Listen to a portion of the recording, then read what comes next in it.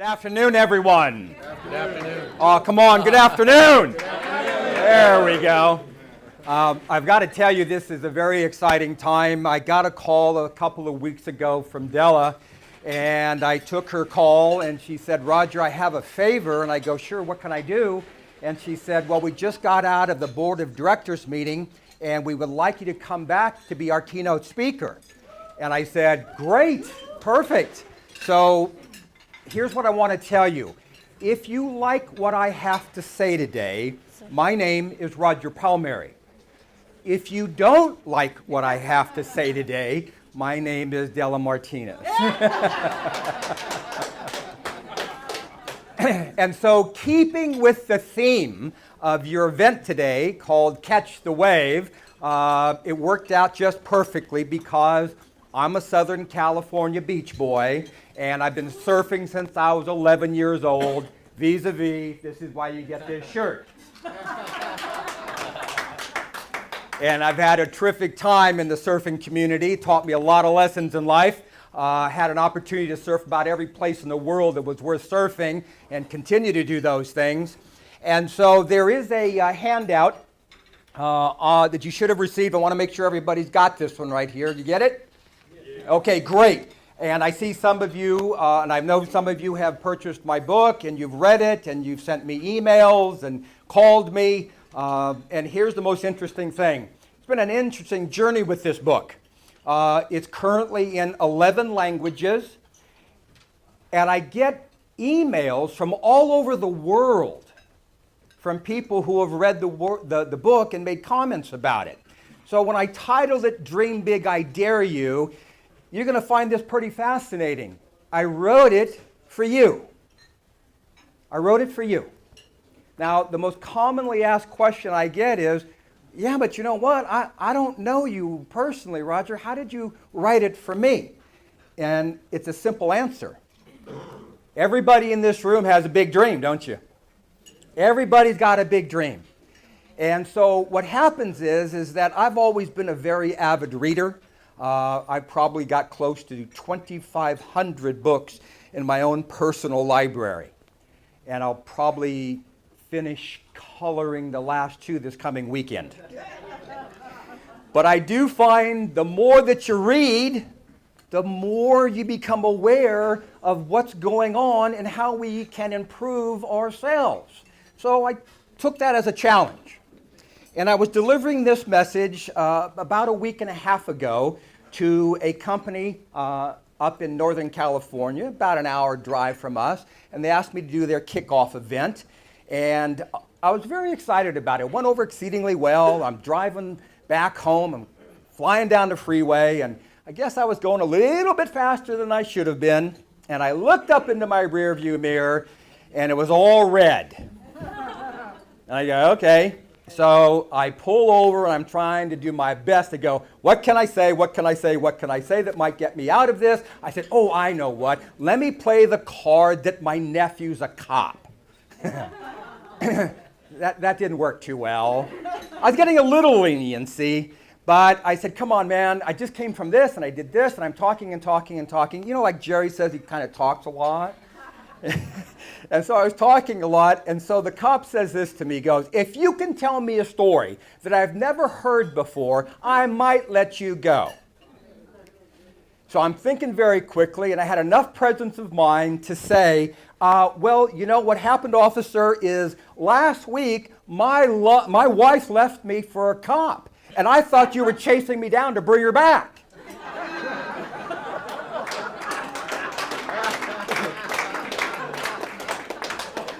He looked at me and he grinned and he said, get out of here.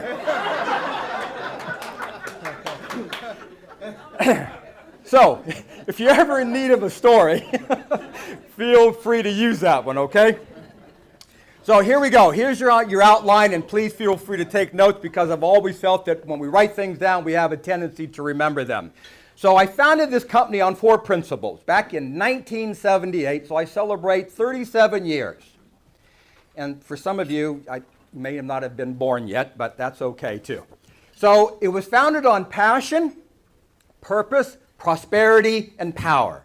And the most commonly asked question you see under number 1 there is letter A. How do I find my passion? So what I want you to write down for yourself is this. Inventory your talents. Inventory your talents. What's the number 1 thing you like about yourself? Write that down right now. And it should be on the very tip of your tongue, and it doesn't matter what it is. There is not a pass or fail with what we're doing here today, okay? But passion is that drive inside of you that tells you what you should pursue. Because one of the questions I get is, what did you go and how did you find time to write a book with your schedule? Well, it's like all of you. When you're serving on the various committees, whether it's 2 in the morning, 4 in the morning, no matter what it is, you just rise to the occasion. And the interesting thing is, people have lost a lot of their passion for what they want to pursue. And it's time to get it reignited once again. And how do you do that? Well, passionate people don't look at the clock. They're not clock watchers. In fact, it's something I called reverse clock watching. So the question you have for me is, what's reverse clock watching? Reverse clock watching sounds like this to you. You know those times you've been having so much fun, you utter these words, I could just do this forever. How many of you can remember saying that thousands of times over and over? Well, you know what? That's what reverse clock watching is. See, when I was writing the book, here's the interesting thing. It might be 2, 3, 4, 5 in the morning, no matter what it was, and my wife would be kind enough to come and wake me up because my head had smashed the keyboard. Or she would bring food into me. Slide it under the door and tell me to enjoy. But you have to understand that passion is the igniter in your life. And everybody is passionate about things. Now, what are your dreams about? What are your dreams about? Write this down because this is going to amaze you. It's a preview of your future. Your dreams are a preview of your future. So how come we have these great dreams, but we then tend many times to push them aside, push them back, act as if they're not there? Because sometimes what happens is we've had too much dissuasion rather than encouragement to pursue it. Vis-a-vis, I write the book, I tell some people about it, and these were just kind of acquaintances. And this is what they would say. You're not an author. You're not a writer. Do you think anybody will buy it? And I went, isn't that interesting? Then I ran around to my inner circle of people. When I told them, this is what they said. What can I do to help you, Raj? So, years ago, my very first trainer, a gentleman by the name of Zig Ziglar. Some of you know that name, read his material. I had the opportunity of being personally coached by him back in 1978 for a year and a half. You know, a lot of things that he said made sense. Not only then, but more now because he crossed over a couple of years ago. But the most interesting thing is this. Unless we are passionate about what we want to pursue, we will never, ever do it. Then we end up with this. Broke, busted, and disgusted. That's what happens. No passion, that's the end result. What happens when you have passion, though? What happens? You're fired up, you're fast, and you're furious. Buddha had said this. The problem is you think you have time. So I've always thought about it this way. Time is this irreplaceable fragment of eternity that once it is spent, it is spent. We can't bank it. We can't conserve it. We can't draw interest on it. The only thing we can do is spend it. So I'm going to ask you to do something. Spend your time wisely. Associate with people who are your encouragers, who want to see the very best work out for you. And so how do we do that? Well, we do it by number 2, purpose. So letter A says, what does knowing your purpose do for you? What does knowing your purpose do for you? What you want to write down is this. Your purpose feeds you energy, inspiration, and ideas. That's what your purpose does. It gives you energy, inspiration, and ideas. So now it becomes this. Well, okay, I can go with that. Why haven't I changed my purpose in my big dream? How come I haven't done that? Why haven't I made the changes that I want to make? Because if I ask everybody in the room, do you want to change and improve? What do you tell me? Yes. Your enthusiasm is rather underwhelming. I'll ask you one more time.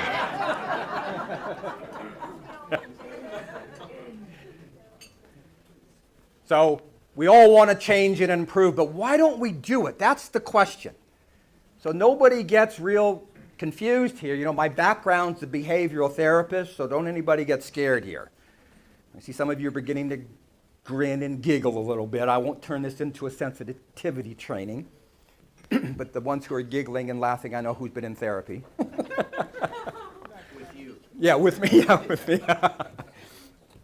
So here's the two reasons at the level of cause that we don't change, and write this down for yourself, is that people emotionally believe they can't. Means this, how many times do we talk ourselves out of things rather than into them? So we emotionally believe we can't do it. And the second thing is, we're afraid to make a choice on our futures. We're afraid to make a choice on our futures. So what happens is this. Everybody wants to improve. We want to do better. But you kind of talk yourself out of it, even though in the very back recesses of your mind, there's a voice hollering and screaming at you. You could be doing better. How many of you hear that little voice? Yeah, everybody sitting here today. How many of you feel silly raising your hands? Raise your hands. Okay, now we got everybody. So we must start paying attention to that little voice that is also your passion calling out to you. And I'm going to tell you something that's going to rock your world. The world needs your big dream. The world needs your big dream. They're waiting on it. So we tie that together and we say, what is the most painful challenge you've had in your life? Because people will always say, well, why is that important to have? Why is it important to have a painful challenge? Well, you have to look at it this way, folks. It's either going to be a stepping stone or a stumbling block. That's what painful challenges are. So let me reiterate something to you that will make a lot of sense. Earlier, I was telling you about the book, and you say, well, you know, I get this question all the time, what was the purpose behind writing the book? So, tomorrow, January the 24th. Doesn't mean anything to you. It's a Saturday, right? But to me, 47 years ago, my very, very best friend sacrificed his life for his country in Vietnam. And so what happened was when we arrived in January, we were getting off the plane. We see all these guys going home. Then we see a guy who's rotating back, but he's a dog handler. And we see him being separated from his canine. Well, back then, the military treated canines as military equipment. So what do you think happened? Dogs were euthanized. Huh? Yeah. So my best friend and I looked at one another and we said, this isn't right, man. This is not right. When we get back to the world, we have to do something about this. And we agreed. And we made a promise to one another. If one of us didn't make us back, the other would carry the torch. Unfortunately, 23 days later, he was killed right in front of me in a very severe firefight. But I came back and I kept thinking about what could we do. I need to keep this promise. Long story short, many of you probably know they're using service dogs for all of our veterans on 3 capacities. One, for traumatic amputation, secondly, for traumatic brain injuries, and thirdly, for post-traumatic stress disorder. The suicide rate has gone down from 26 a day to 22. The bad news is we've run out of dogs. We've run out of dogs. It takes 47 weeks to train a dog and a veteran. So the purpose in writing this book was simply to donate the proceeds of this book to the training of service dogs for all of our military veterans.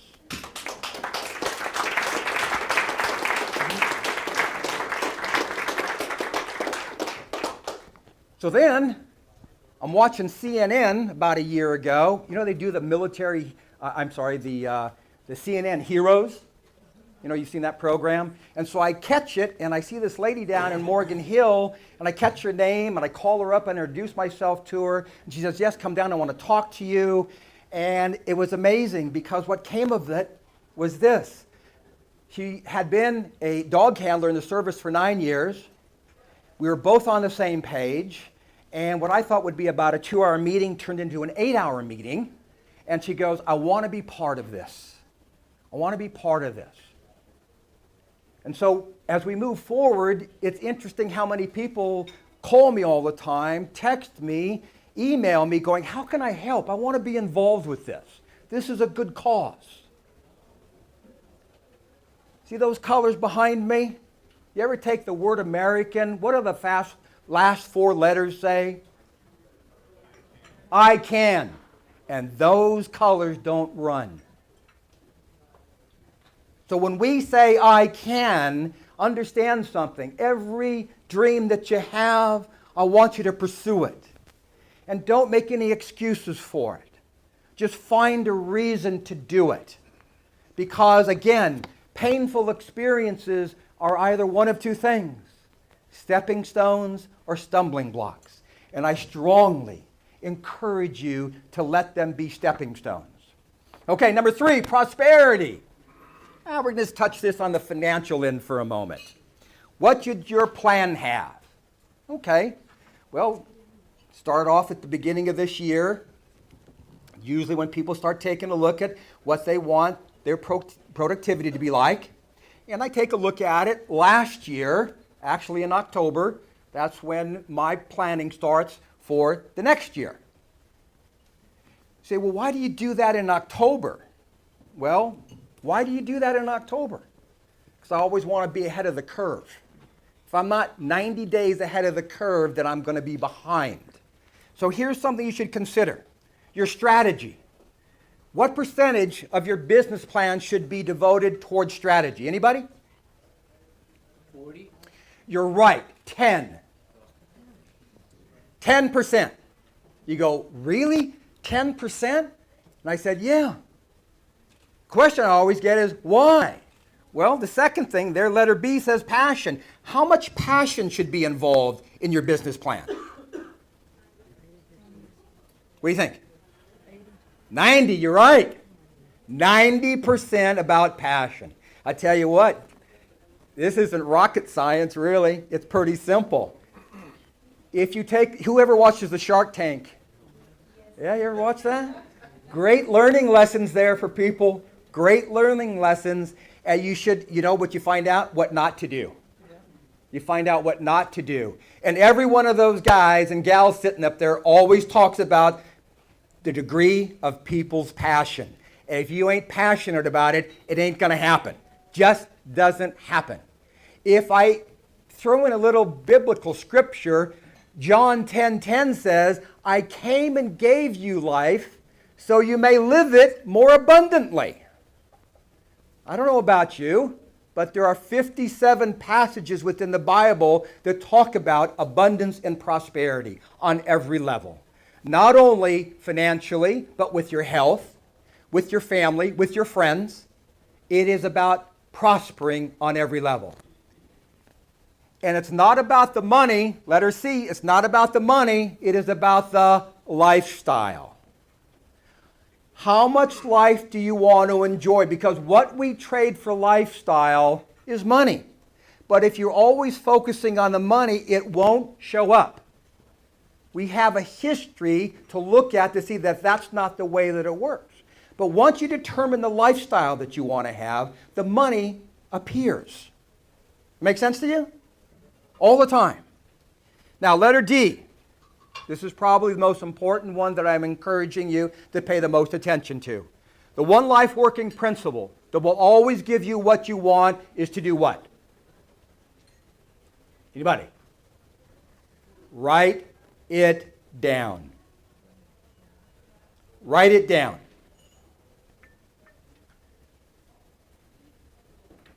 You see, that's why I'm not the guy that likes to talk about goal setting, because I'm going to tell you something about goals. It's just the opposite of what you think it is. Goals are for losers. Winners have systems. And until you become systematized, you'll never ever reach any type of particular goal that you want. If there is not a system, if there is not a routine, if there's not a behavior that supports what you want to accomplish, you're always going to be the hamster in the wheel, running 90 miles an hour but not getting to where you want to go. It encourages us to change. And there's two things that drive change: inspiration and desperation. And you have to ask yourself, which one am I using each day to get to where I want to go? If you take a look at your driving factor, and let it be the thing about pain for a moment. You know, most people want to run from it when you ought to run to it. We always want to pretend that it's not there. But if you allow yourself the opportunity to just experience it and go, you know what, I'm just going to use this as a stepping stone to where I want to go. And you'll find your life turns around very quickly and in the way that you want it to go. All right. Number 4 is on the power. It says, letter A, reach and grab your personal power by taking responsibility of removing self-doubt, limitations, and fears. I can read your minds. You're going, okay, how do I do that? How do I do that? Okay, so if we take the word fear for a moment. And so what's the acronym for the word fear? Most people will say that. False evidence appearing real. Fear everything and run. Or the Rogerism is face everything and rise.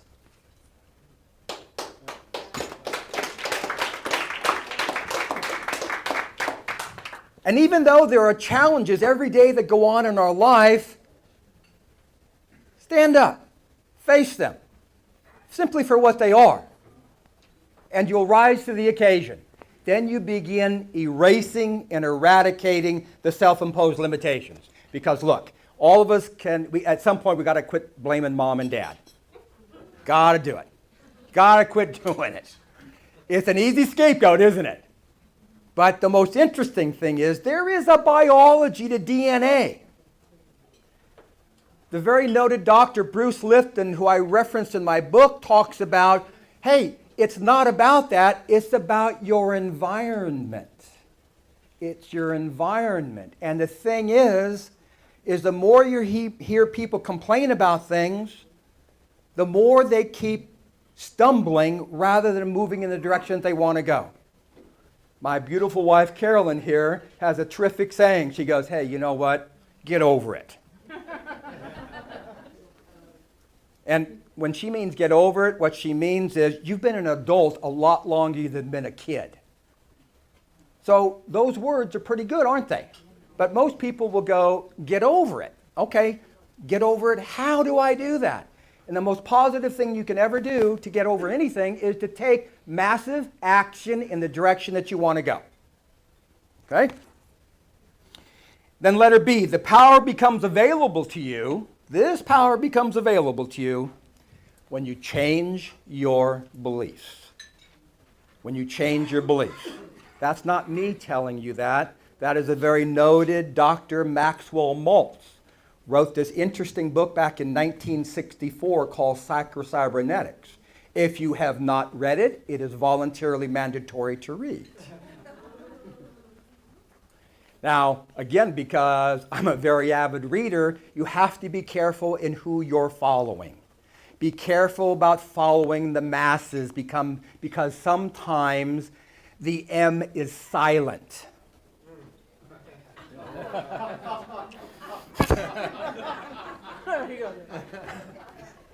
I see motion.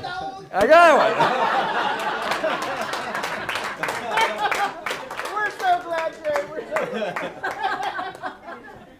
So when you think of your business, when you think of your business, I had a gentleman the other day, he came out from the East Coast and he visited with me and he goes, Roger, you know, just love the book. And he goes, I love sitting here and sharing time with you. And he goes, you know, you're the Dos Equis guy in terms of a trainer, you know. And I go, well, God, that's great, man. I'm glad you see me that way. And I said, because if you're doing everything that everybody else is doing, you're one of the herd. You're one of the herd. You are not going to be distinct, but you will become extinct. The great Seth Godin, who wrote the book The Purple Cow, pointed out very clearly, if I'm going to do something, I want to be distinct about doing it, otherwise I would become extinct. So how do you create the distinction within yourself? And I know that we all want to change and improve and we want to help other people, and all that is good. But I'd like to leave you with this thought, what Gandhi said, be the change you want to see in the world. Be the change that you want to see in the world. That means it's incumbent upon each of us to take a role of leadership, to be that encourager, to lead by example, and to let others know that if I can do it, you can do it. And listen, it's not about education. Education's important. I agree with you. I come from a very well-educated family. My sister graduated, summa cum laude. My brother graduated magna cum laude.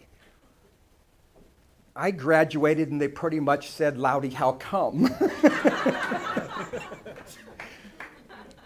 Which means this, and some of you fit in the same category as me. You know people that are smarter than you. Comes easier to them, right? And if I have to work a little bit harder, okay, I got to work a little bit harder. But you know what? Each of you has talents that you have not touched yet. You have not even scratched the surface. And if you're looking for permission, it is granted to you today. Go out there, live your life on a degree of passion that will astound the world. And in closing with you, I want to thank you for your time and attention. I never believe anybody ever owes anybody their time or attention, but I would love to accept it as a gift. I brought along some of my books for those of you who haven't had one yet, and I'll be in the back. I'd love to autograph it for you. It'd break my heart. And again, thank you for the opportunity of being with you.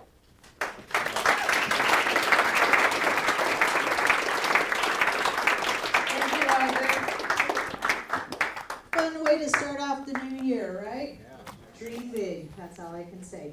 Okay, we're going to continue to wrap things up this afternoon, but there's a few people that we need